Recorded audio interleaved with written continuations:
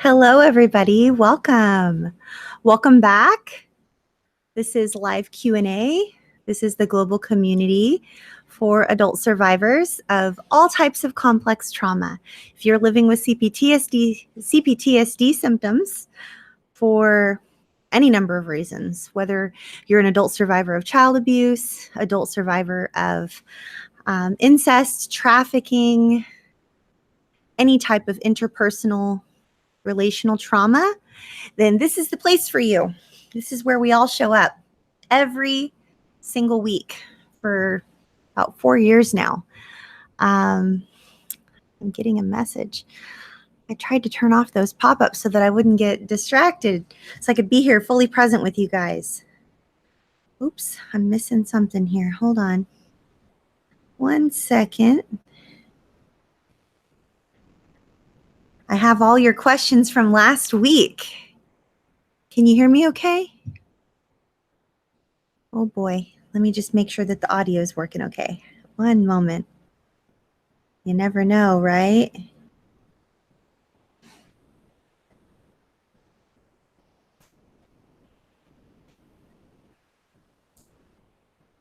think the audio is working okay. I didn't change anything and I just got off of our call, so I'm going to go ahead and just think that it's going to be okay. Oh, good. Okay, you guys can hear me. I'm so glad. Thank you so much. So if you have questions this week, you can type them in the chat box. However, we're going, since last week was such a big topic, we're going to continue off of last week. And last week's topic, just so you know, I know you guys already know this, but for anyone who's new here, welcome, welcome. I'm so happy you've chosen to spend time. Welcome to our channel. We do mostly live streams on this channel.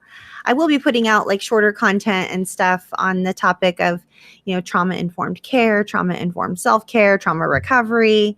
But this is mostly where we just do live streams and do Q&As together. There was actually an audio message that was left on my website, and then I transcribed that audio and read it to you. Let me see if I can find it. Here we go. Maybe I could pull this up. Yes, that's what I'll do. I'll read this to you just so you know.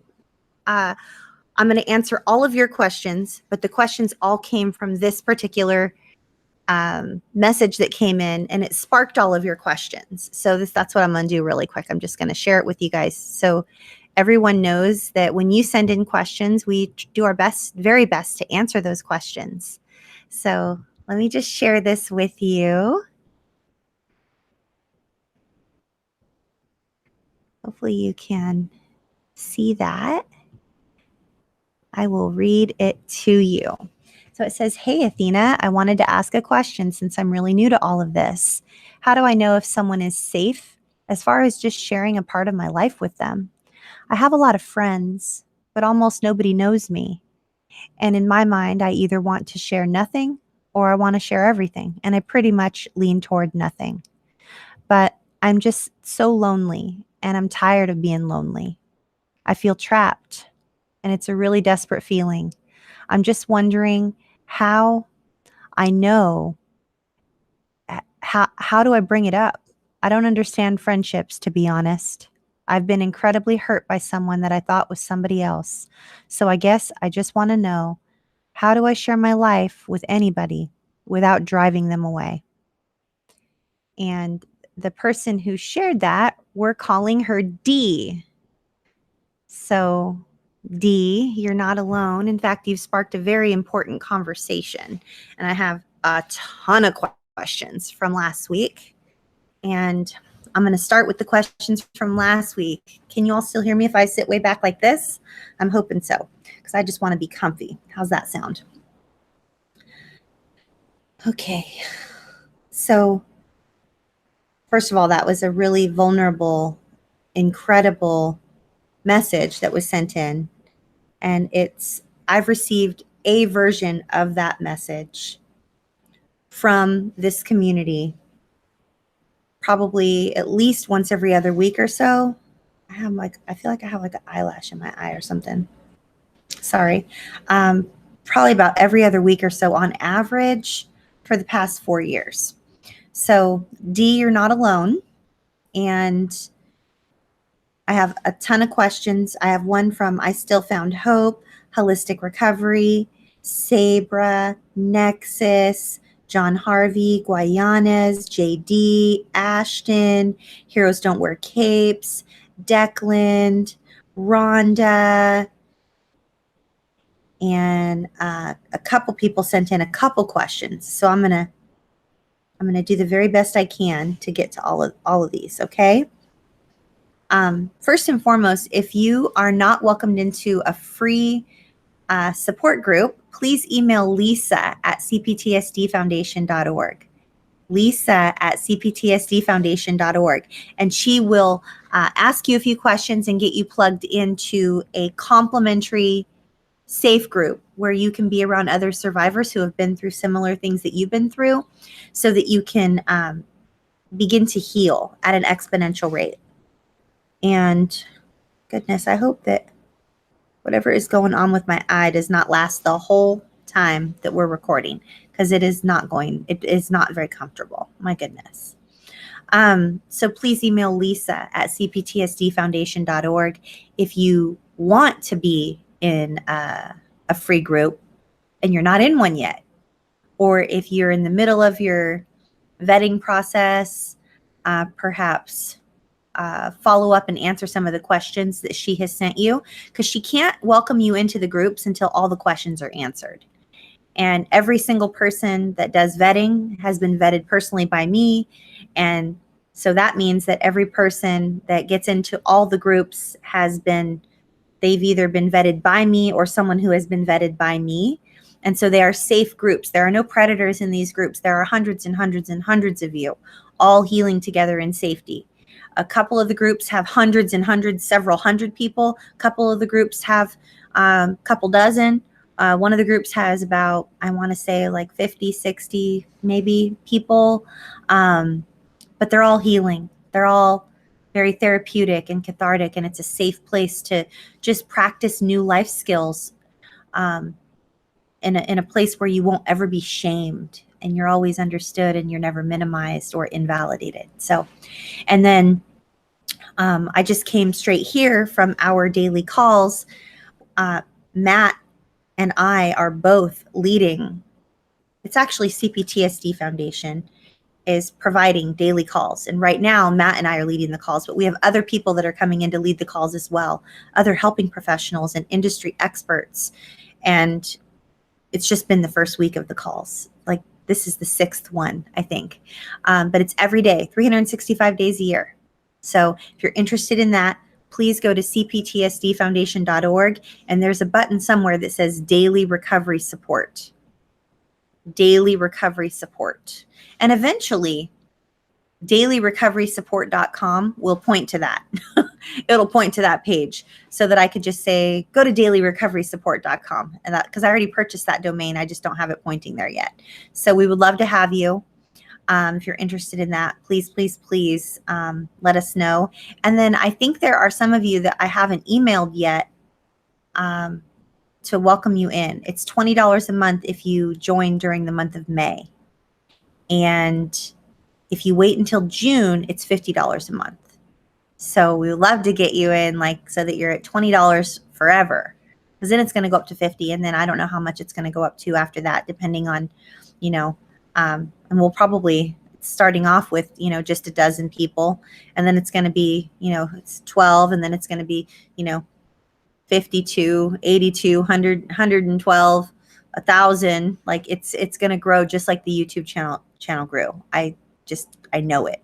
So I hope you are able to get in, because we would love to have you join us. They're very, very, very helpful. It's helpful to have somebody there for you, even if you're not there. It's helpful to have somebody there for you every single day of the year. Just knowing that they care, just knowing there's someone for you to reach out to. There's a touch point, It's interactive. You're able to raise your hand. You're able to ask questions. You're able to have your voice heard. You're able to type in the chat box if that's what you prefer. It's anonymous. It's confidential, and we'd love to have you. So I'm going to begin answering all these questions. Hello to anyone who is new, and for those of you who are newer to the channel, I'm just excited that you've chosen to intentionally stay on this path toward recovery, because it can be so painful sometimes. It can be so painful to heal from something you should never have had to heal from. It's just unfair all around. But here we are. We're all doing it together. We're like, this sucks. This is a club nobody wants to belong to, but we're doing it, and we're doing it all together. Makes it bearable, and on some days even enjoyable. Not that healing and being in pain and struggling is enjoyable, but being around other people is actually kind of enjoyable, if we allow ourselves to not isolate and be around others. So it seems far-fetched. If you're listening, you're like, yeah, right, you don't know me, but I am the queen of isolation. I am the person who moved several thousand miles away from the closest landmass to an island in the middle of the ocean to get away from my family of origin and my main abusers and enablers. And I am still here. So I love isolating, but I know that healing happens in safe community, and I'm pushing myself outside of that comfort zone. So I'm not going to ever ask you guys to try something or do something that I'm not willing to try or do, right? Okay, so I still found hope is the first question. I'm going to answer I still found hope's question, and then I'm going to move through all the other questions tonight. And for the next 45 minutes, 47 minutes, 48 minutes, 47 minutes. Here we go. I still found hope says, is there a safe way to tell my story? How do I empathize their story without sharing my story? Growing up, I told few people, and their reaction was either psychotic or they completely ignored me. Oh my goodness, this is so painful. So this is one of the most isolating feelings we were just talking about. It's one of the most isolating feelings ever, to get the courage up to like share your story and to have somebody respond in like a really crazy way, or to have them just be ambivalent or just very like they just pretend you didn't share something. You know, that happened to me. In fact, that happened to me with a very dear loved one that lives here on the island. And I felt like a fool for sharing my story. But I knew intuitively that it was something that I needed to share at the time I shared it, so that there would be context as to why I was dealing with some of the things I'm dealing with, since I have daily interaction with this person. So the question is there a safe way to tell my story? And the short answer is yes, there is a safe way to tell your story. If, by the way, as I read through these people's questions, if y'all could tag them, letting them know, hey, it's a week later, but your question's being answered. Like, that would be amazing. Just so they get tagged, you know? So I'm reading I Still Found Hope's question, and I'm answering I Still Found Hope's question. Is there a safe way to tell my story? The quick answer is yes. And the safest way to tell our story, I Still Found Hope, is to make sure that the person we're sharing our story with is a safe person. And since we can only control us,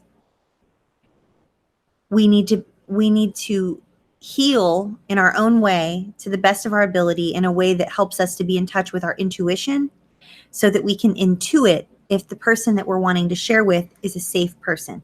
Where's my handy dandy thing talking about safe people? So healing our intuition is important, because without your intuition, you won't know if other people are safe. And then I'm going to tell you about safe people. Like, if they have these characteristics, don't share with these people. But Harriet, if you could pop up the YouTube card of healing our intuition through congruence, that would be great.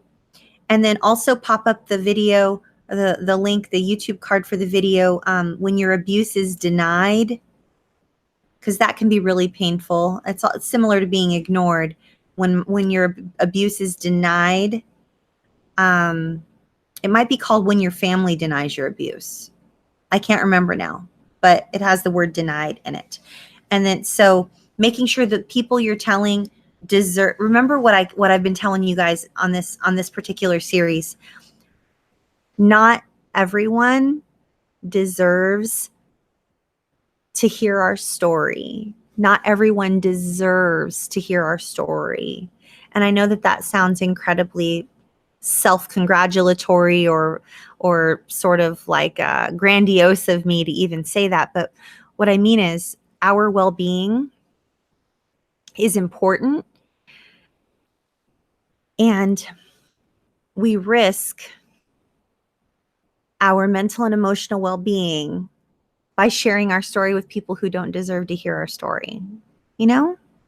So I have my handy dandy, if I don't knock over my water, safe versus unsafe characteristics. So making sure that person is a safe person is one of the first steps, and being in touch with healing your intuition through remaining congruent with yourself, finding things that are in alignment with who you are. We learn to trust ourselves. I think there's a video, Harriet. There might be a video on learning to trust ourselves, not learning trust in our recovery, because I think that's about trusting other people. There might be one on trusting ourselves. Maybe not. Ooh, I can't remember. But I still found hope.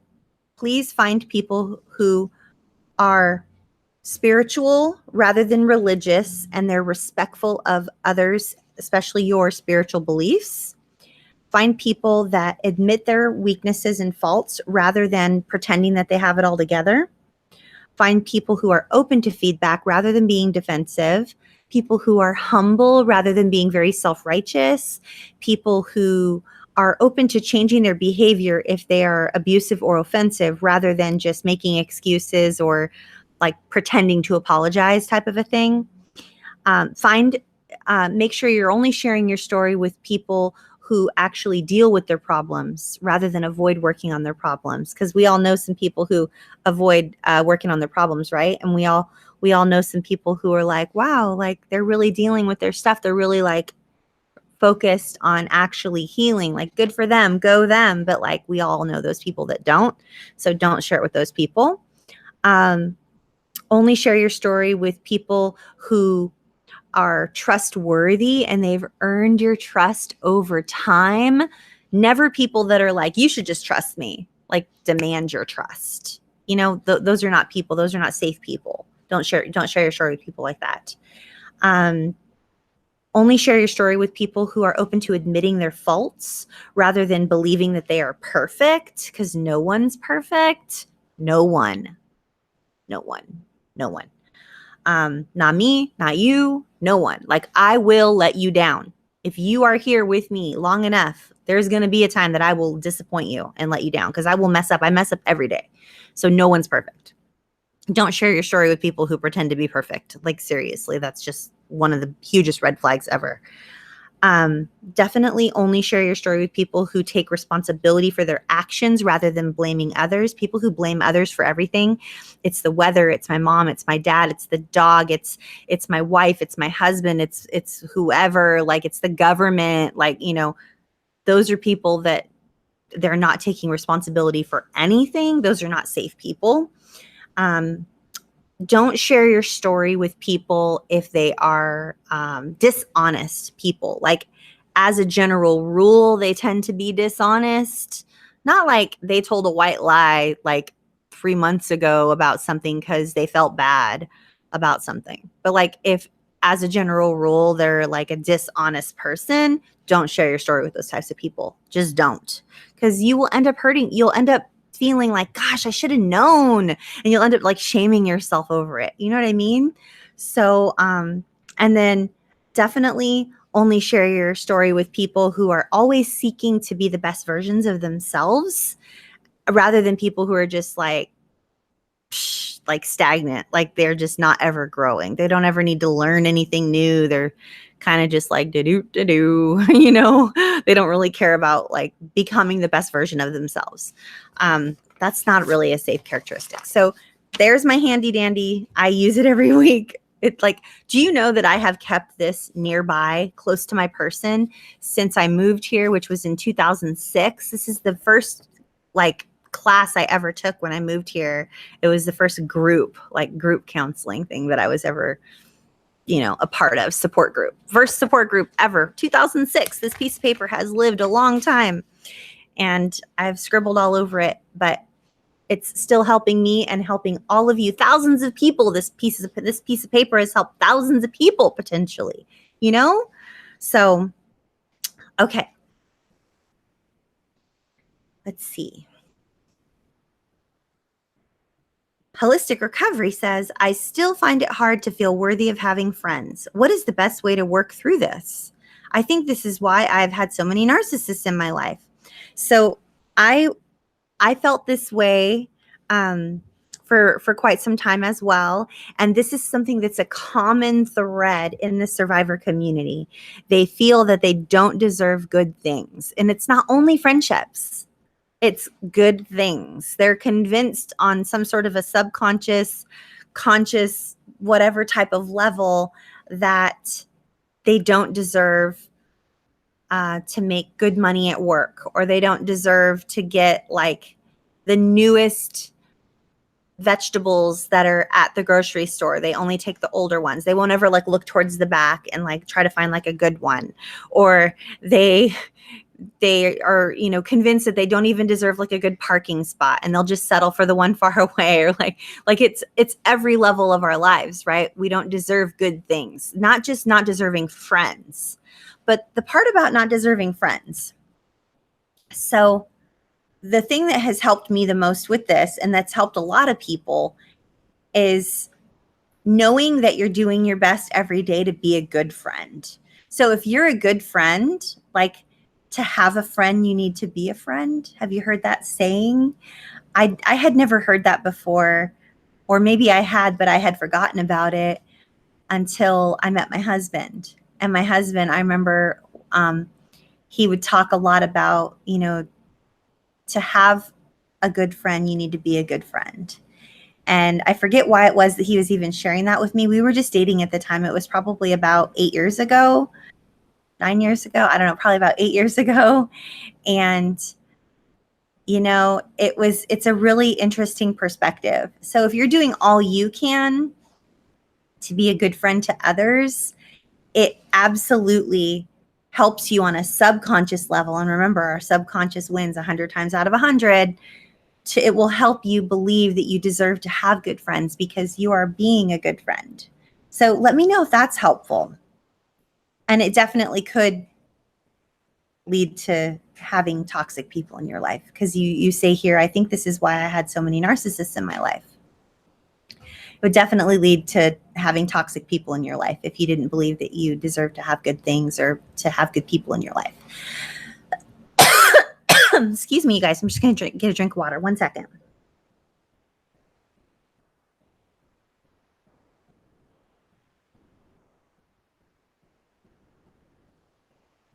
Okay.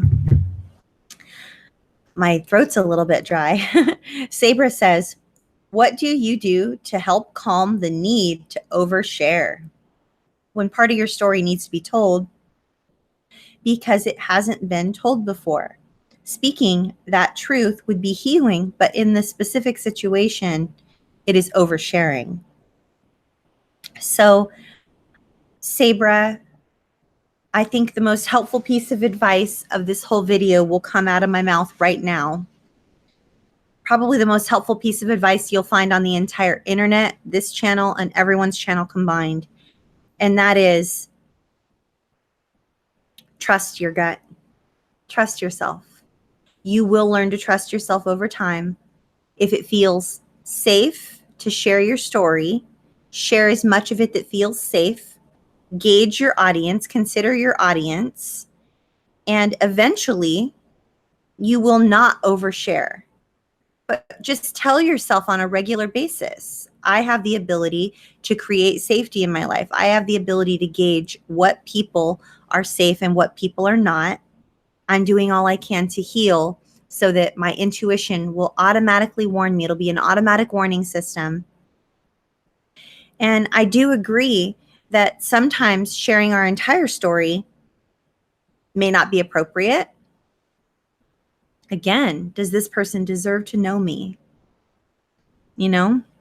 But the way you're going to know is your intuition will tell you. You'll get that little check in your spirit, and then you'll know, maybe I'll share another time. And a good rule of thumb is if you're in a safe support group or a safe support space, then I would say, use your intuition to gauge the time that would be the safest, and maybe preface it with, I would like to share something that is rather personal, and I've waited for the right time to share this. So thank you for listening. Thank you in advance for listening to what I have to say, or something. Set yourself up for success. And if it doesn't feel safe to share in a group, then perhaps share with one-on-one with someone where it's therapeutically appropriate, where it's a helping professional, someone who's trauma informed. And that's another piece of advice that's the most helpful advice on the whole internet. Do not ever share your story, your trauma story, with someone who's not trauma informed. Do not, I repeat, do not ever share your trauma story with someone who is not trauma informed. You will be re-traumatized. It will end badly. It will likely cause you grief.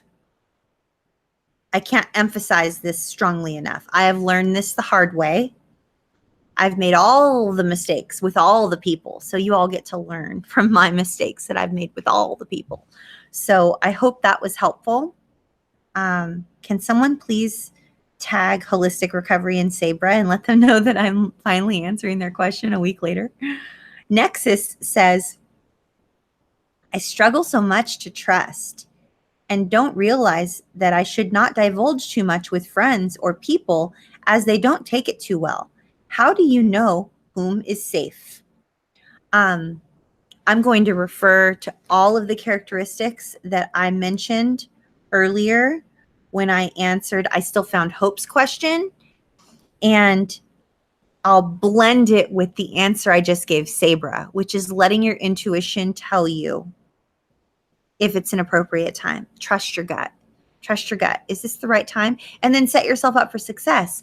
Let them know, I've waited a long time and to share this with you. I would like to share something with you that's rather personal, or something. Is this a good time?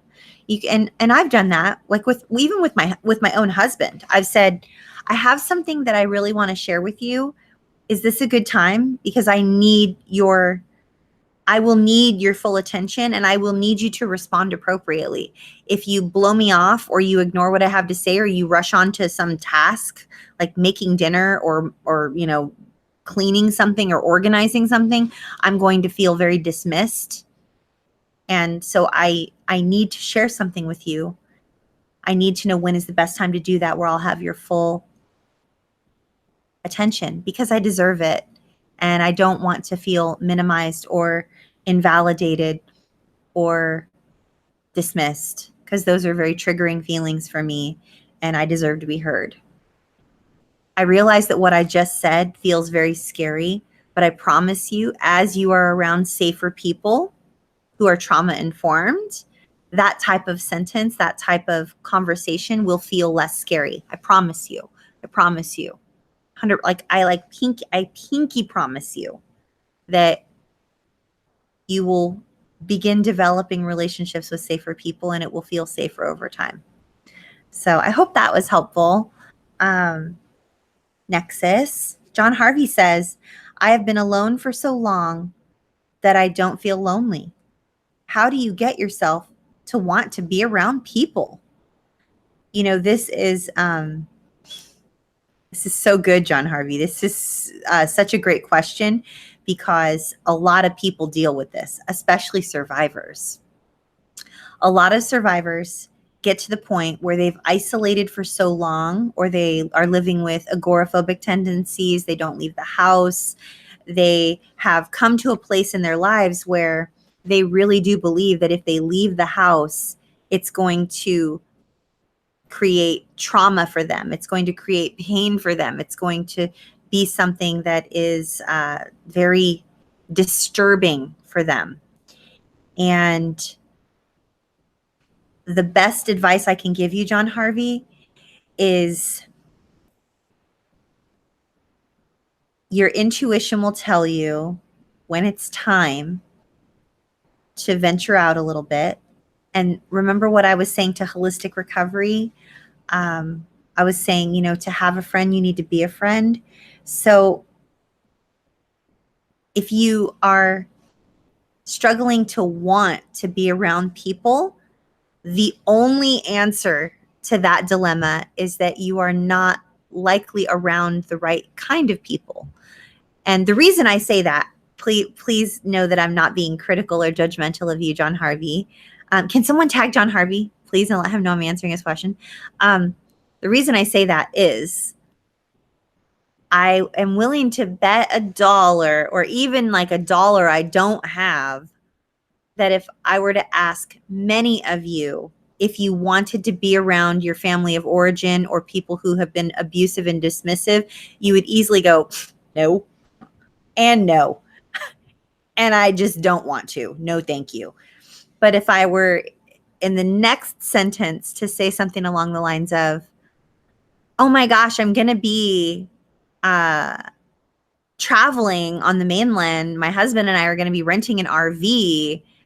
And we're doing this random thing where we're just going to go around to like all the Applebee's or all the Starbucks. And I'm going to post a link to all the Starbucks and Applebee's that I'm going to be at on such and such a date. Will you guys do you think maybe just for a few minutes, you would think of like maybe stopping by that Starbucks or the Applebee's? Like, would you consider that? I can almost bet $1 I don't have right now that some of you would consider that. You might think maybe could range for maybe if I got to know you a little bit better, if I felt a little safe or whatever, if I brought somebody, ranging from that to like, well, yeah, that would be fun. Whereas if I asked you if you wanted to hang around minimizing, dismissive people who pretend you're not in the room or cause you to feel invisible or who trigger you, who are unkind or disrespectful or just rude, or, they've been abusive in the past, or they don't acknowledge your existence, they try to minimize your story or your truth or whatever, those are not people we're going to want to be around. But if we find our tribe, right? That word gets thrown around lately, like so much. But like, you guys are my people. You are my people. You're my tribe. And if I'm traveling somewhere on the mainland, I'm absolutely going to be like, this is where I'm going to be. In fact, I just got the opportunity. See if I can find the picture really quick. I just got the opportunity. I was traveling to go see my niece graduate with her doctorate. And I got an opportunity to, well, first of all, I got to like see my son. Like, I'll just show you really quickly, like a picture of my son and I in an In-N-Out burger. So like, there's my son and I. That's not even the silly one. Like, here's the one where I'm being like ridiculous. That's basically me.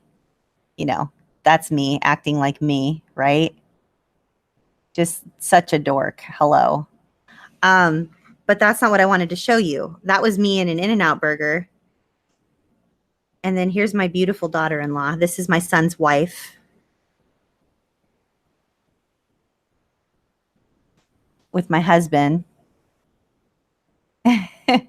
She's going to be graduating with her doctorate next year.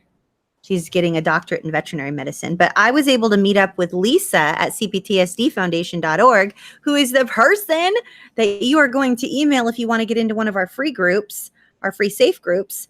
And I was able to meet up with her in an Applebee's. She drove from South Dakota to where I was at to meet up with me. So like, this is what I'm talking about, you guys. Like, this is us being like, this is us. Like, that's Lisa. That's the one you guys are emailing, right?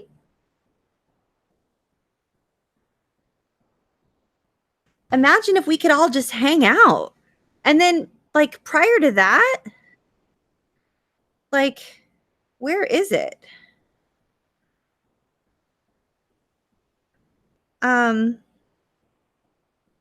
Prior to that,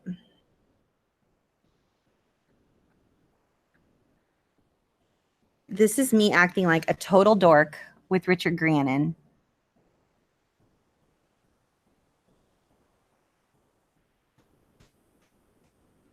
But there's some people from our community, Jenny and Lindsay, and they drove all the way. They road tripped it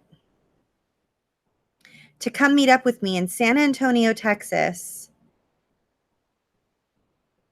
where I was with my here we are. This is us in a frozen yogurt shop in San Antonio, Texas. Right? These are people from our community. These are our family. These are our tribe. These are our people. You know what I'm saying? Like, I mean, I met up with a whole bunch of you. I took Tiffany to the Waffle House and we had chicken and waffles and hash browns all the way with the gravy and the stuff, which I'd never had before. And I mean, I was in pancake houses meeting up with Sandra. I mean, I've met up with so many of you guys. And so what I'm getting at, John Harvey, is that you say, I've been alone so long that I don't feel lonely. And how do you get yourself to want to be around people? Like, I don't like being around people. I don't like being around people. I like being around my husband. I like being around my son and my daughter-in-law. I like being around my cousin. I like being around you. Lindsay and Jenny and Lisa and Sandra and like all the peeps, you know, that's when, you know, like if you find yourself wanting to isolate and not be around anybody, you haven't found your tribe. But if I could meet up with every one of you and travel around and be like, I'm going to be at such and such a place. Let's take selfies. I'll buy you coffee or tea or, you know, chicken and waffles, hash browns all the way or whatever. You know what I'm saying? Like, I mean, I'm just saying like that's how you find the desire to be around people. You find your tribe. You find people who like you for who you are. And they don't want you to like change into some other person, fit into some box that they want to stuff you in so that you just fit perfectly into like their little picture of like what they want you to be. Like, no, you just get to be yourself. Like, I got to just be myself. I just got to be my ridiculous, you know, crazy, weird self. Like, I just got to be me.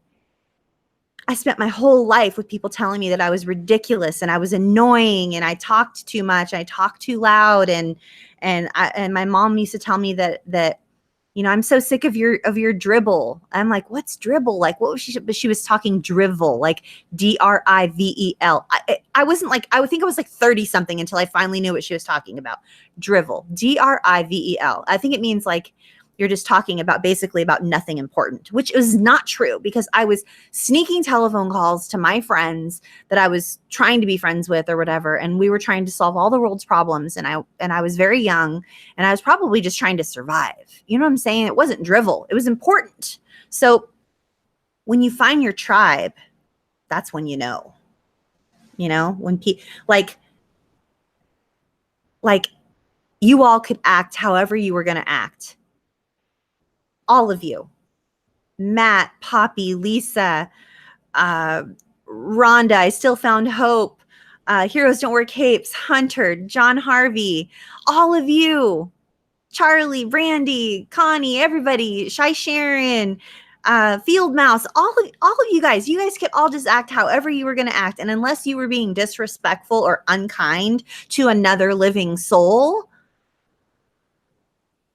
I would just accept you as you are, because we're humans. We're all different. So I know I've rambled on, but this is important stuff. This is what causes us to isolate, because we honestly feel that we don't fit in. We feel like no one's going to like us. If this is the tape that plays when we get feeling like we want to isolate. You want to know the tape that plays through my head when I want to isolate? This is what the tape might sound like to you. Fill it in with your own version of this. If they really, really, really knew me, if they really knew me and they really knew who I really was, what I really went through, all the things I've really done, what I really think, the horrible person that I believe myself to be, like deep, deep down, they really knew me, they wouldn't like me. They would hate me. They would never want to hang out with me. That's one voice. That's one lie.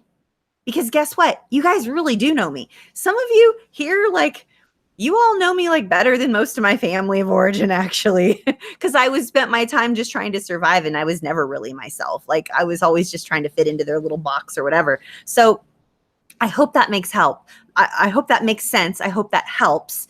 And then when you navigate friendships are like dating. Like, you don't meet somebody and be friends with them too fast, like too much too fast too soon. Like we talked about this last week. When you do too much too fast too soon, it's probably too much too fast too soon, and it's like not a sustainable pace.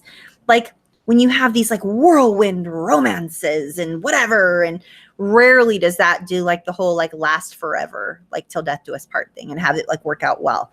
But when you're slow and you get to know people slowly and you take your time, that's a sustainable thing. And sharing everything or sharing nothing is black and white, which is child thinking, which we all do, especially me.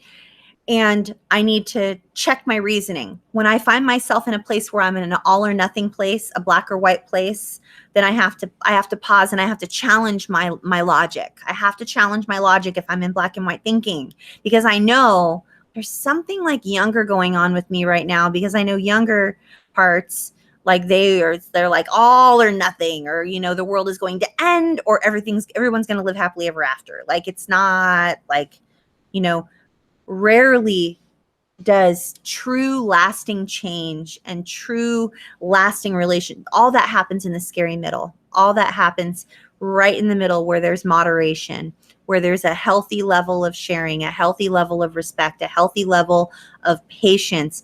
Good things, including friendships, relationships, jobs, online interactions, good ones are good over time, over a long period of time. Not like fast, everything's fast. And if you don't move fast enough, you're out. Like, that's not safe. That's what I've learned. So I hope that was helpful. And then, so that's dealing with isolation, that's dealing with friendships.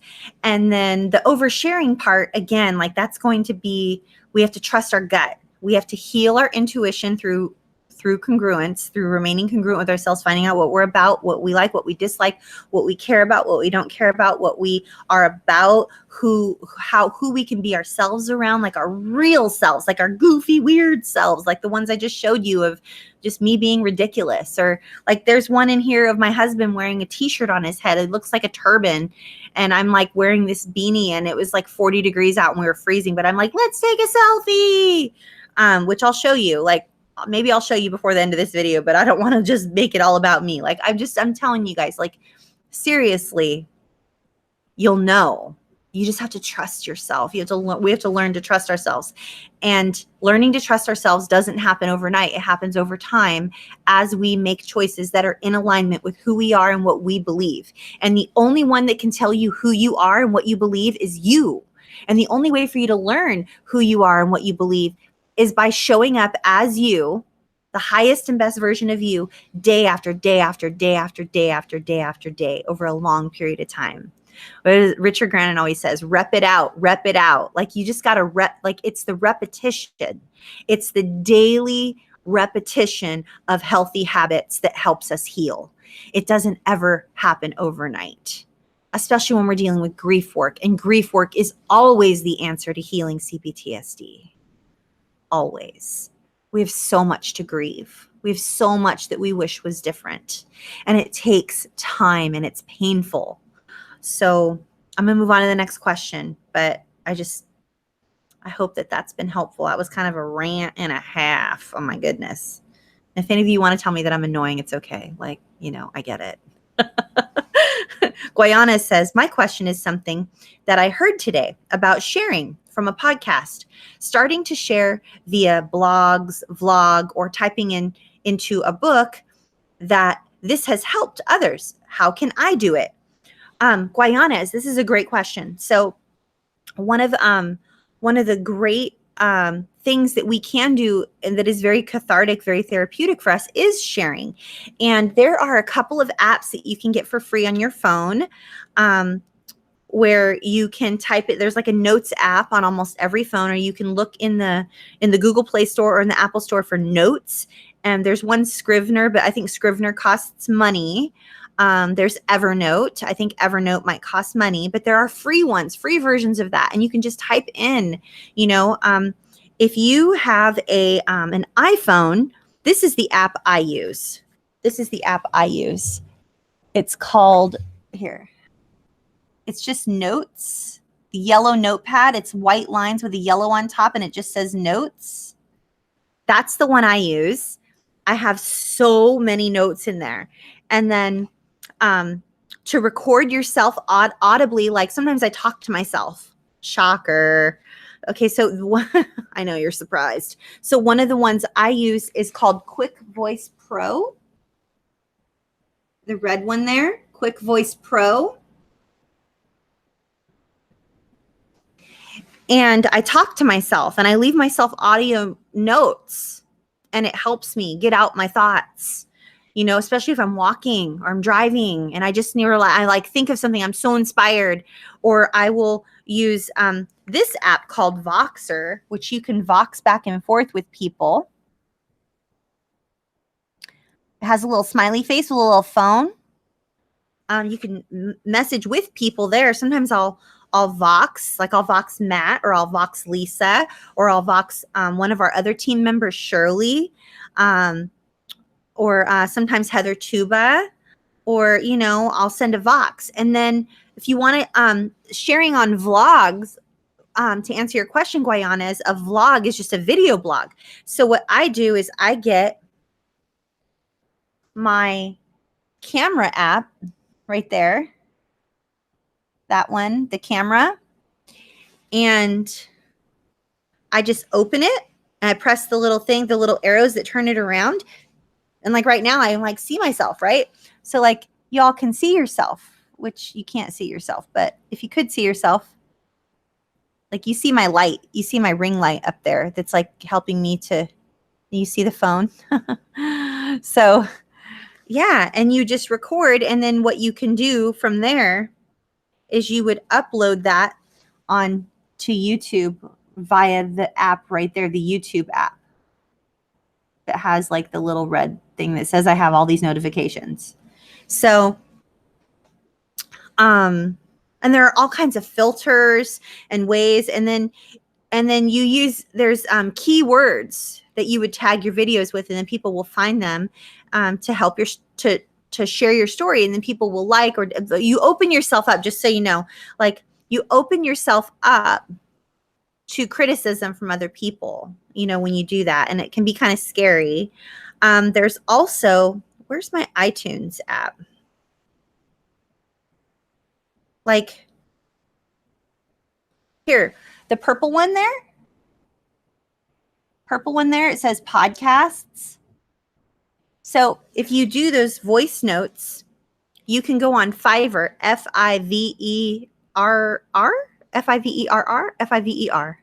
I can't remember now, Fiverr.com. And then someone will record you a professional intro and outro. And then you can look on YouTube and learn how to mix your intro with your outro with what you recorded on the Quick Voice Pro. And you load that up to the podcast app, or you can put it up onto iTunes. And, or you can go on to SoundCloud. SoundCloud is another one that I love. Where is it? Where did it go? There it is in the middle. Right there, SoundCloud.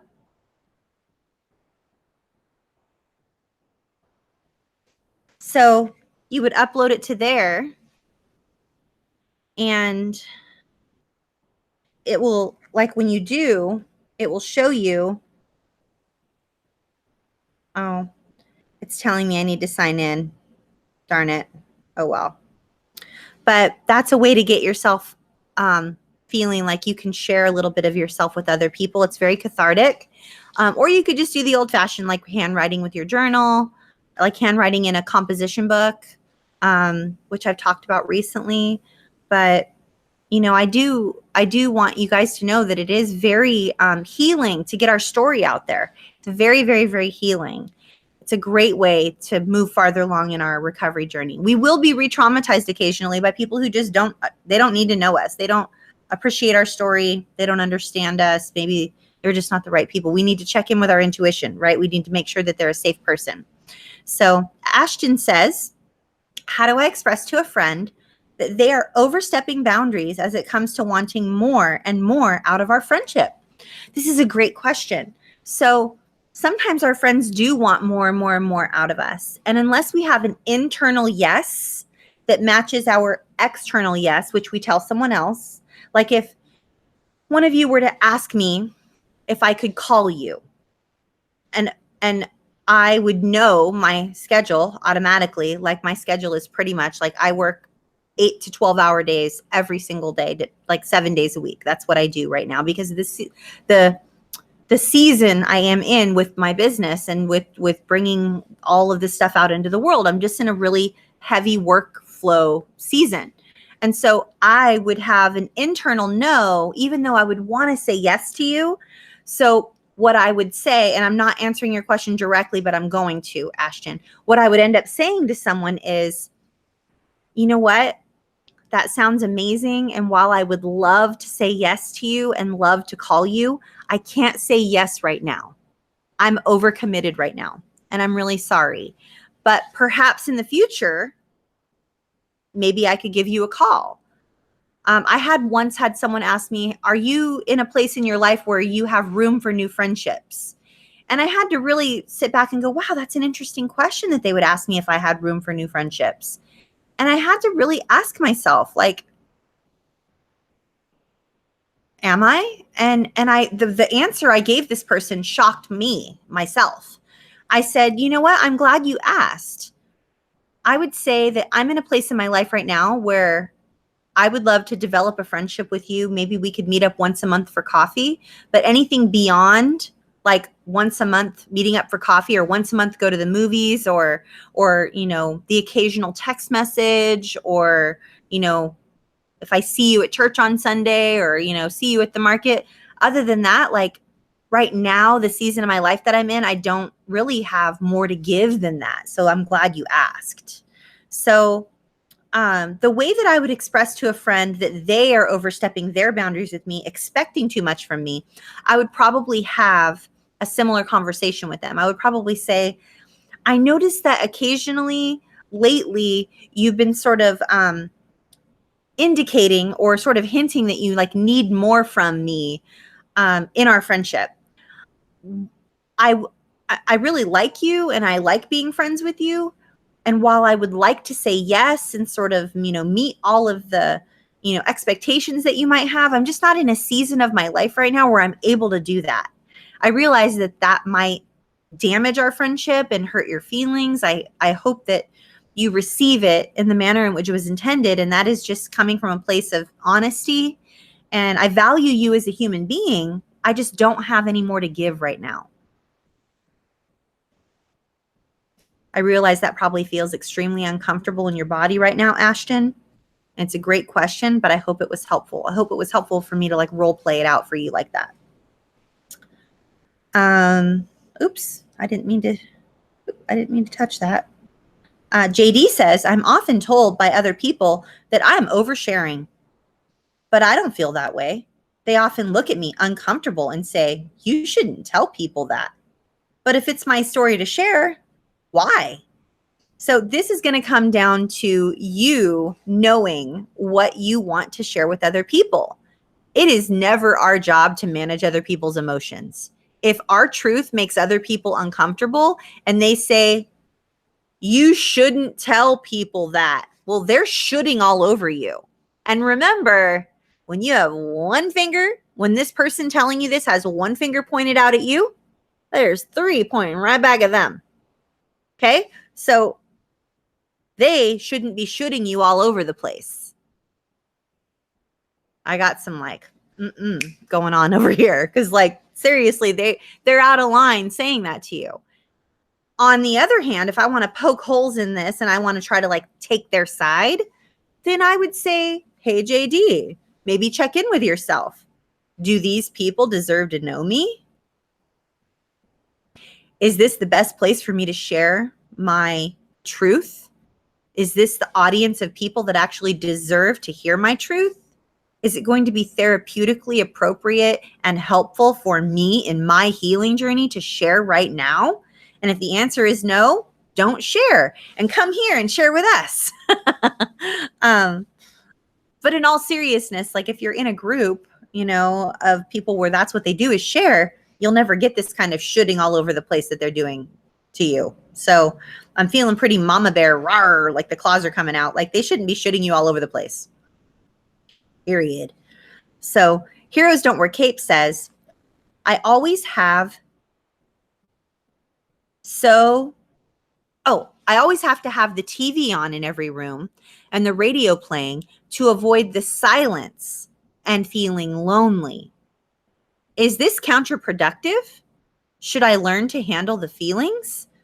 Heroes Don't Wear Capes. You're so intuitive because you asked and answered your own question, which sometimes you do. I do the same thing. Intuitively, I think you know that distress tolerance and being able to sit with uncomfortable feelings is what propels us really far in our healing journey so that those uncomfortable feelings don't show up anymore.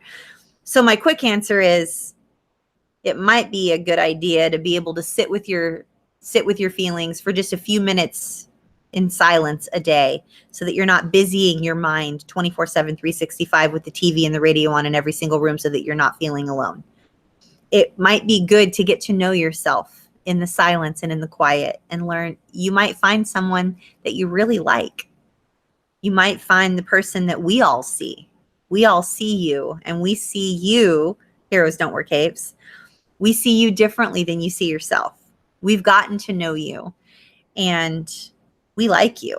So you won't really have the opportunity to get to know yourself and to like yourself unless you turn off the noise and be fully present in your body and allow yourself to be fully seen by yourself. And if it's too intolerable and too triggering, go turn the radio and the TV back on, but you tried. So hope that was helpful. Declan says, how do you avoid a toxic person when your other friends accept them? Again, most helpful piece of information and advice on the internet. Boom! Trust yourself. Trust your gut. If you are feeling like you would like to avoid this person for whatever reason, like you're kind of like, you're like moving back from this person, you know what I mean? Like you just don't want to be near them, but everybody else sort of accepts them and likes them. They could be part of like the pawn system and what this person is doing.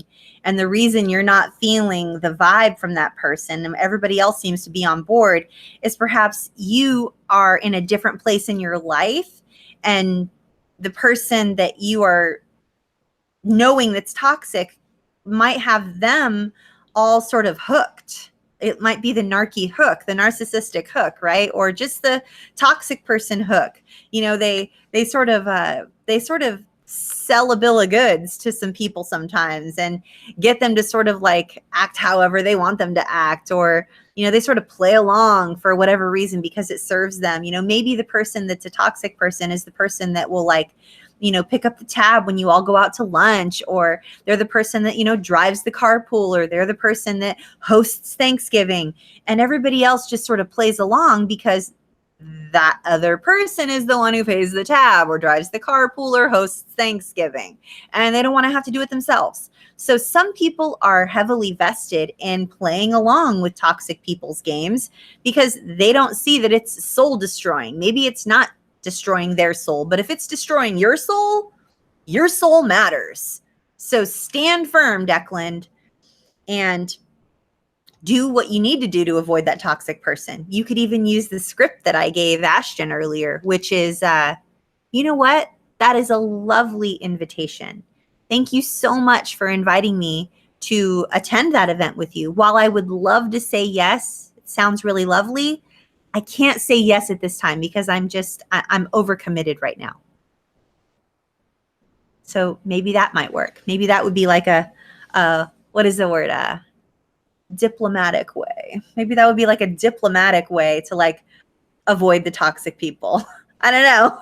Let me know your thoughts, you guys. Do you guys have any advice for Declan? How to avoid toxic people when other people like obviously are accepting of them? Like, how do you guys avoid toxic people that other people are very accepting of? Like, that's how I do it.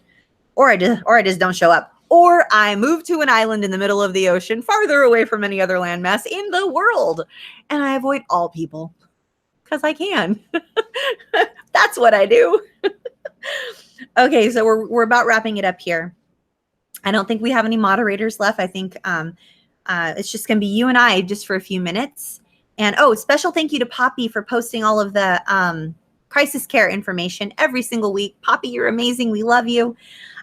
Please, please, please, if you're in crisis, page back up to the top of the chat and find the crisis care information because we are worth it.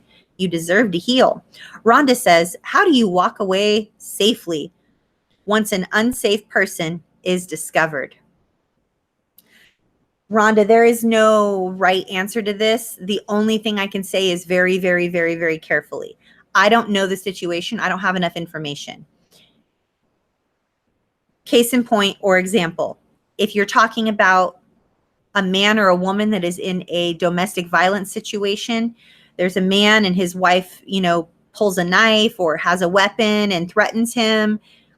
For him to get away from this unsafe person that is his wife, or let's say there's a wife and the husband is, he has a tendency to push her or physically assault her or slam the door and like her arm gets caught in the door, whatever it is.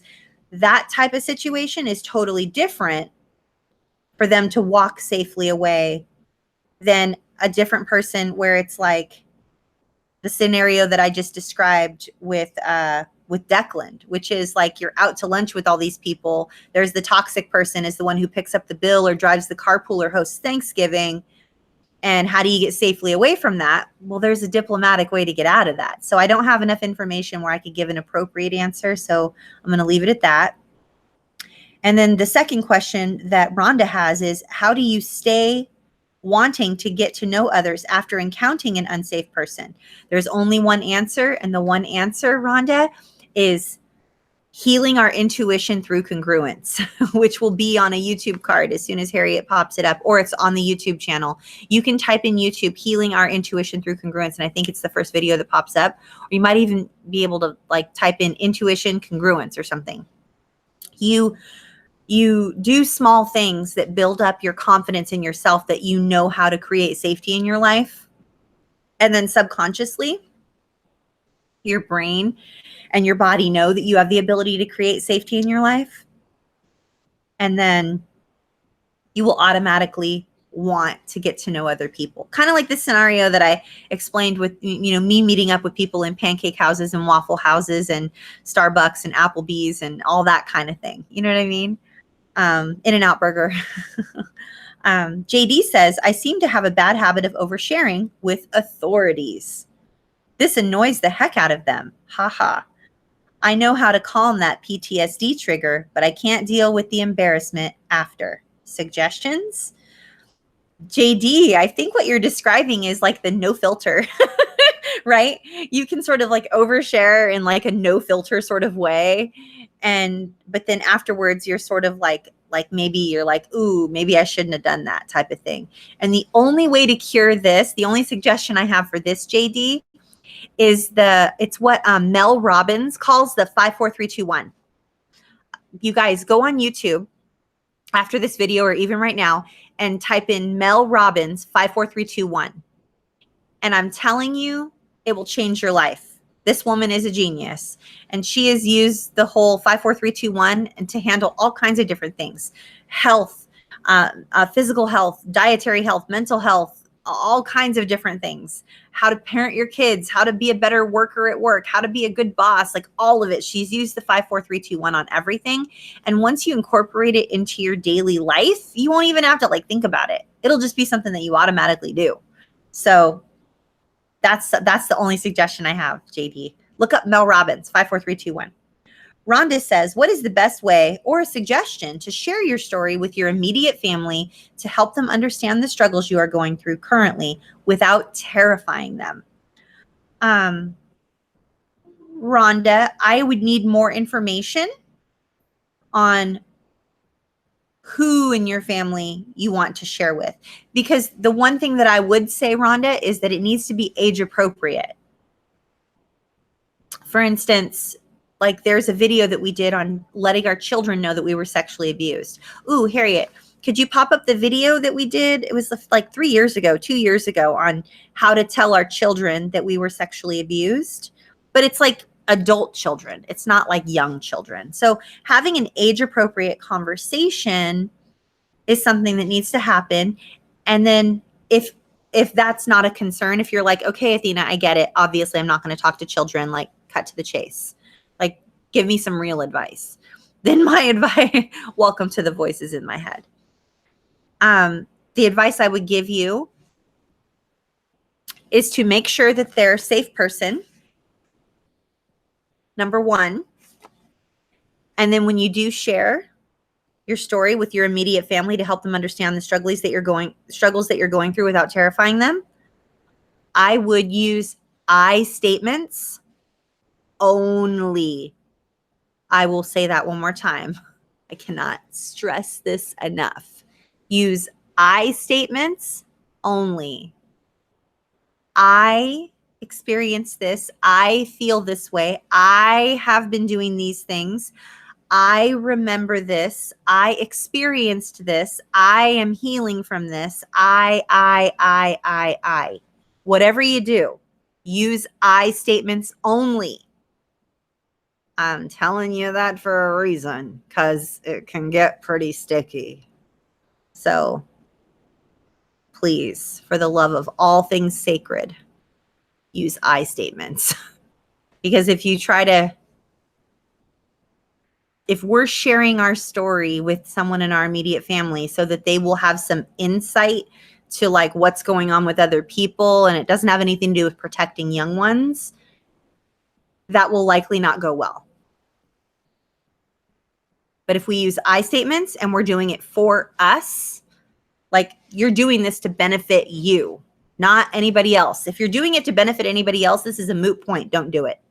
If you're doing this to benefit you and your healing journey, use I statements and make sure that they're safe. And trust your gut. Okay? Trust your gut. Last question. Oh, no, it's not the last question. Last question from last week. John Harvey says, I know we overshare at times, but what about undersharing? Yeah, undersharing is going to stem from what we were talking about earlier about not wanting to be around other people. When I was describing going around and traveling around all the Applebee's, when you find your tribe, when you find safe people, you naturally, it's just a human instinct to want to connect with them. It just is. So I don't know how to give advice otherwise. And if that's not the case, then I don't know how to answer the question. I have a question from August, from Natalie, and I will answer them now because I can, okay? And then we'll end right after August and Natalie's questions. So August says, my therapist always encourages me to share what happened to me. How do I get over the shame to share and heal? You know, August, this is such a good question, and it's really every single person is different, obviously. You already know this. You're like, thank you, Miss State the Obvious a lot. I already know that everybody's different. You probably weren't even saying it in like that tone of voice. Welcome to the voices in my head. So what I would say is I would take baby steps, and I would also set yourself up for success. Like I was talking about earlier, when I would say to like my husband, like, hey, I have something really important I would like to share with you. It would mean a lot to me if I had your full attention. I'm going to need you to respond in a compassionate way. If you are dismissive or you sort of don't respond, then it's going to really be painful for me. So I'm communicating a need. And that level of communication that I just modeled for you has taken us 8 years. It doesn't happen overnight. But as far as August, I think one of the safest ways for you to share may be slowly and by setting yourself up for success, like maybe in one of our safe support groups, because I know that you're active in one of our groups, maybe more than one of our groups. And you could say something along the lines of, I've been hesitating to share. My therapist has been encouraging me to share. I have had some shame surrounding sharing. It would mean a lot to me if when you respond, or if you could respond compassionately. Thank you so much for reading, or for being in, for bearing witness to my truth. Interestingly and paradoxically, August, and I don't even know if August is still here. She asked the question like a half an hour ago, 40 minutes ago. Paradoxically, we're too ashamed to share, but the very act of sharing deletes the shame and heals the shame. So it's this strange paradox. It's this strange thing that happens. It's this strange spot that you're in. So I'm hoping that that's helpful, and that you can sort of like take a little bit of what I said and maybe like put your own spin on it, and always be true to your own August self. But just the very act of sharing and being transparent, it minimizes the shame and it maximizes your feeling of connectedness, and it's very empowering. So especially if you do it with safe people in a safe environment, when you choose using I statements. So a little bit of all the things, right? Natalie says, how to get out of feeling rejected by everyone all the damn time. Do I have to be completely healed before dating? What if that never happens? So the first question is, how do I get out of feeling rejected by everyone all the damn time?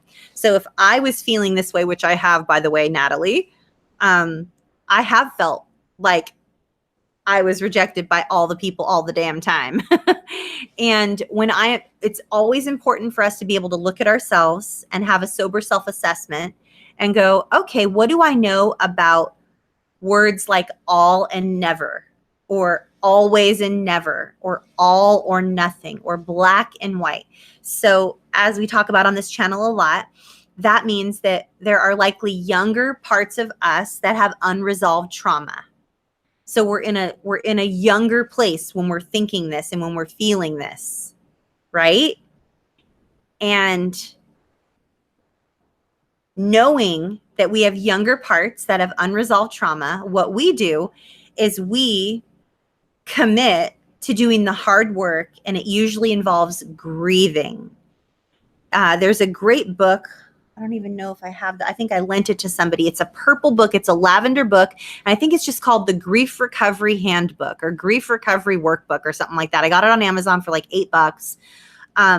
That is going to help you with this, because the answer to what you're describing of like younger parts that might be feeling like it's all the time by all the people, there might be some unresolved younger trauma. I don't know anything about your story, so I'm speculating, obviously. But as we do grief work, that just shows up less and we don't feel it anymore. Like it's almost like it just fixes itself. As we deal with the root, the symptoms, and there's like a root, like a plant. When we deal with the root, all the flower petals and the leaves just take care of themselves because we've dealt with the root. You know what I mean? It's the same thing with trauma. And I intuitively know that if a client comes to me and they're presenting with the always or the never or the all or the nothing or the black or the white, I intuitively know that there might be there might be some unresolved trauma from a younger age that they just don't know about. But if they do some grief work, like they do a grief timeline, all of a sudden it comes up and then we can address it and then everything fixes itself and we just feel better. Like life just doesn't hurt as much, you know? I hope that was helpful. And then Natalie Ann also says, last question, do I have to be completely healed before dating? What if that never happens? The answer is yes and no. If you have not worked on unresolved trauma by doing like a grief timeline or worked on some inner child work, or at least worked on addressing any type of unresolved trauma, like if you're living with CPTSD symptoms, which if you just type in CPTSD and then hit Google, it'll show you a list of symptoms. There's, helplessness and terror and hopelessness and feelings of anxiety and depression and dissociation and just all kinds of like a swirly of different feelings, right? If we deal with those and we address those in a very intentional way and we do the hard work of grief work, and we're feeling like we're not walking around in a perpetual, constant emotional flashback, feeling rejected all the time by all the people, then I would say it's safe to date. But until you do the work, once we do our work, then I believe it's safe to like invite other people into the beauty that is our lives. One moment. My life isn't all beautiful, but I have more beautiful things in my life now than I did before. 1 second. Let me just get some water. So until I intentionally work on unresolved trauma so that I'm not showing up in the world in a perpetual emotional flashback or being triggered every day for, my recovery is taking up a lot of time in my schedule because I'm either numbing, stuffing, avoiding, or I'm triggered. If that's my life, then I'm not ready to date. But once I'm like, wow, like I feel good.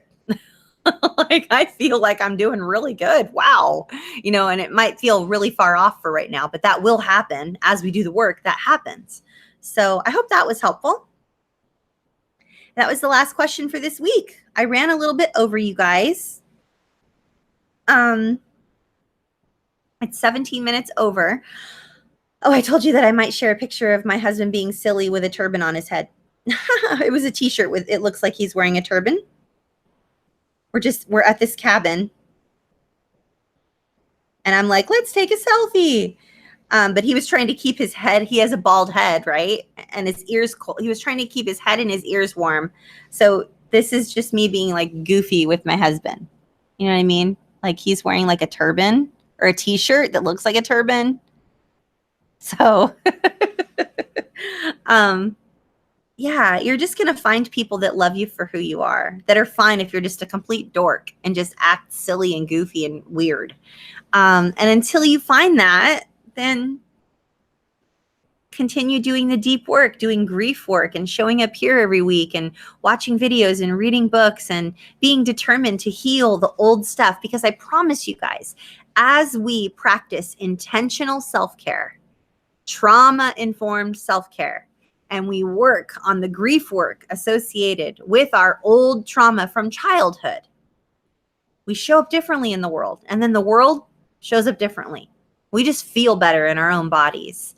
And then we connect with people that we like and we enjoy the time that we spend with others, and it's just not as painful. So I hope that this was like really validating and encouraging and helpful. And thanks for any thumbs up you give this video. Thank you for subscribing to this channel and clicking the little bell notification so you know whenever we go live. And we need lots of thumbs up, because the more thumbs up you give the video, the more survivors find these videos and they get to heal with all of us. And it counteracts all the thumbs downers, because wah, wah. We always have the thumbs downers. The thumbs downer. I had someone message me the other day, who would thumbs down your videos? You're helping abuse survivors. Who would thumbs down your videos? And I'm like, haters gonna hate. They're sipping on the haterade. They're just going to be out there. They're just some people who are just trolling. They just have nothing better to do than to just like pick on people. And, maybe they have unresolved trauma. Maybe they're healing, So anyway, I love you guys. Gosh, there's still like 30 of you here. Cool. I'm glad that you were here. I'm glad that you stayed till the end. If you're interested in the daily recovery support calls, it would be amazing to have you. It's an awesome group of people, and we're going to be having guest speakers, and it's just, we're only in the first week of calls, but it's every day, 365 days a year. And then pretty soon there's going to be more than one call a day. It doesn't cost anything extra.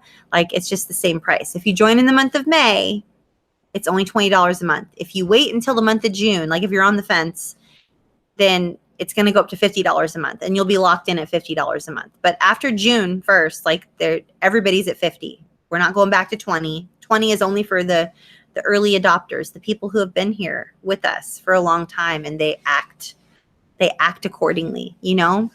And the small group of people that are already there, you guys who are already there, you are creating and shaping the present and the future of what everyone is going to enjoy, because we're getting all your feedback. So go to cptsdfoundation.org and take part. Join the calls. Do something for yourself. Intentional self-care, trauma-informed self-care. It's a big, big, big, big deal. Okay? And if you don't want to, totally cool. I'll see you back here every Monday, 6 p.m. Pacific, 9 p.m. Eastern. But if you do want to connect with me every single day, or connect with a group of people who are trauma-informed every single day, then it's only $20 a month during the month of May. And you just go to cptsdfoundation.org. And I'll see you tomorrow if that's you. Otherwise, I'll see you here next Monday for free, 6 p.m. Pacific, 9 p.m. Eastern. I'll always just continue to keep showing up here. That's what I do. Okay, I'll let you guys go. Have a great week.